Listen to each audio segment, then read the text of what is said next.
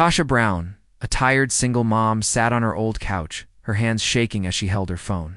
Her 6-month-old baby, Mia, desperately needed formula, but Tasha had only $2.13 left in her bank account. Taking a deep breath, she typed a message. To her brother, James, I hate to ask again, but can you please send me $40 for Mia's formula? I get paid Friday. I swear I'll pay you back. She hit send, her heart heavy with shame. She'd already watered down Mia's last bottle more than once. She felt like a failure. But her pride didn't matter. Now her daughter was hungry. Across the city, a towering glass building, 42-year-old CEO David Carter was in his office when his phone buzzed. He expected a message about a business deal, but what he read shocked him. I hate to ask again, but can you please send me $40 for Mia's formula? David blinked. This wasn't meant for him. Only a few people had his private number. It had to be a mistake. Yet something about the message made him pause. He could feel the pain in those few words. He replied, I think you have the wrong number. I'm not James. Tasha stared at her phone, her stomach dropping. She had typed the number wrong. I'm so sorry, she quickly replied. Please ignore that. She threw her phone on the couch, tears burning in her eyes. Another failure, another closed door. But then her phone pinged again. Will your baby be okay? The stranger had asked. Tasha hesitated. Who was this person? Why did he care? I'll manage, she replied curtly. Sorry to bother you, I could help, came the response. No strings attached? Tasha scoffed. She'd heard that before. Nothing in life came without a price. Thanks, but I don't take money from strangers. Smart choice, the stranger replied. I'm David. Now, I'm not a stranger. What formula does your baby need? Tasha didn't know what to say. Part of her felt afraid, but part of her felt hope. Why would you help me? She asked. David looked out his office window. He thought of the baby girl he had lost 3 years ago, remembering what it was like to feel helpless. Let's just say I've been lucky, he typed. And I remember when I wasn't. Tasha's fingers hovered over the keyboard. It's called Fam Care Gentle, she finally wrote. It's the only one that doesn't upset Mia's stomach. What's your Venmo? Tasha paused, then sent it. What did she have to lose? She could always block him if it got weird. A second later, her phone buzzed. $400. Her eyes widened. This is too much, she quickly typed. I can't accept this. Think of it as help for the next few months, David replied. One less thing to worry about. Tears filled Tasha's eyes. She hadn't cried when she lost her job, or when her brother James moved far away for work. She didn't cry when her landlord gave her a late notice. But now she cried for kindness from someone she didn't even know. Thank you, she typed. You're welcome, Tasha. Take care of Mia. Then she froze. She had never mentioned her daughter's name. The next morning, her phone buzzed again.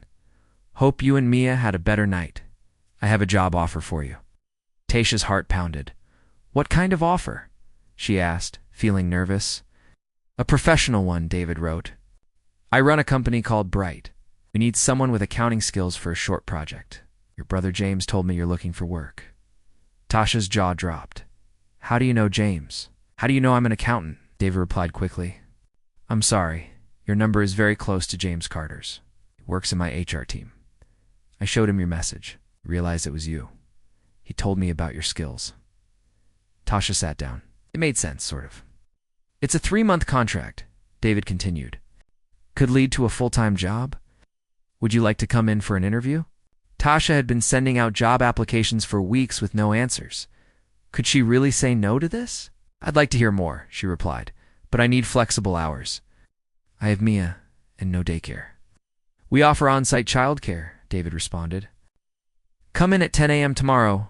Reception will be expecting you. The next morning, Tasha dressed Mia and herself as best she could. Her blazer was second-hand but clean. The Bright Tech building was huge and shiny, making her feel small. Yet everything happened so smoothly. A woman named Susan met her at the door and took her to a beautiful office with books, family photos, and even a guitar in the corner. It didn't feel like a cold CEO space. She looks peaceful, said a voice behind her. Tasha turned and saw a tall man in a suit, his face kind but serious. You're David Carter, she said. Call me David, he replied, shaking her hand. Thanks for coming. They sat down. It was awkward at first. I should explain, David began. I don't usually send money to strangers. I don't usually take it, Tasha replied. It felt strange. David nodded. Yesterday was the anniversary of my daughter's death. She was 8. She had cancer. When I got your message, it felt like a sign, like a second chance to help someone. Tasha's heart ached for him, and her suspicions began to fade. As for the job, David said, handing her papers, it's real. We need someone honest to check. Our accounts before a big merger? Tasha looked at the salary. It was more than her last job paid. This is a lot, she whispered. You're worth it, David said. Your resume is strong. Later, David offered something surprising. Our daycare's full for now, he said, but you could work from my office suite. There's a small meeting room you can use. Mia is welcome. That's very kind, Tasha replied. It's important work, he said, and confidential. She started Monday. Each day she worked in the room next to David's office. There was a small crib and toys for Mia, and Susan always brought coffee and checked in. Tasha enjoyed the work. She found strange patterns in the company's money records, small numbers. That didn't add up. These numbers are wrong, she said one day. David came to look. How bad is it? About $3 million over the last 18 months. David's face darkened. Prepare a full report. Don't tell anyone, not even James. Tasha didn't understand why this needed to be kept secret. That afternoon, a man appeared in her doorway. Vincent Harmon, the chief financial officer. I hear you're working on something special, he said with a fake smile. Just checking the books, Tasha replied nervously. Just remember, he said, this company was fine before you came, and it'll be fine after you're gone. Later, Tasha. Got a phone call? This is Detective Ramos, said a woman's voice. Hey, we'd like to speak with you about some financial issues.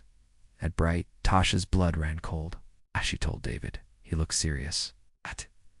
This is happening faster than I thought, he said. Tasha, I need to show you something. He opened a drawer and took out a file. I've been working with the FBI. Vincent is stealing money, but I couldn't trust anyone inside the company. I needed someone from outside, someone honest. You used me, Tasha said quietly. I gave you a real job, David said, but yes, I saw your situation and thought you were the one who could help stop this. Before she could respond, Susan rushed in. The police are here, she said, and they're saying you both stole the money. David didn't waste a second. Susan, take Tasha and Mia to the safe house now. A safe house? Tasha asked, shocked. Take Mia away if they arrest you, David said. Go now, I'll fix this. Susan led Tasha through a hidden door. The apartment was quiet and clean. Tasha paced with worry while Mia slept. At midnight, a new number texted her. Are you safe? Who is this? She replied. It's me, David wrote. The FBI is ready. Will you help us finish this? Tasha looked at Mia. She could run, but she didn't. I'll be there. The next day, Tasha explained everything to the FBI. They were ready for Vincent. At the board meeting, Vincent stood up. David Carter and Tasha Brown stole company money, he said. David stayed calm. That's a serious claim, he said. Let's hear another side. The door opened. Tasha walked in with FBI agents. For 30 minutes, she explained how Vincent had stolen millions. She showed proof. She answered every question. Turned pale, then reached for something in his pocket. David jumped in front of Tasha just in time. The FBI tackled Vincent. He was arrested, along with a few others. Later, back in the office, David looked at Tasha. I want to offer you a full-time job, head of internal audit, and thank you for trusting me. 6 months later at the company party, Tasha smiled as Mia toddled around. David stood beside her, holding her hand. The ring on her finger sparkled under the lights. She had found safety, purpose, and love all because of a wrong number. That turned out to be the right one.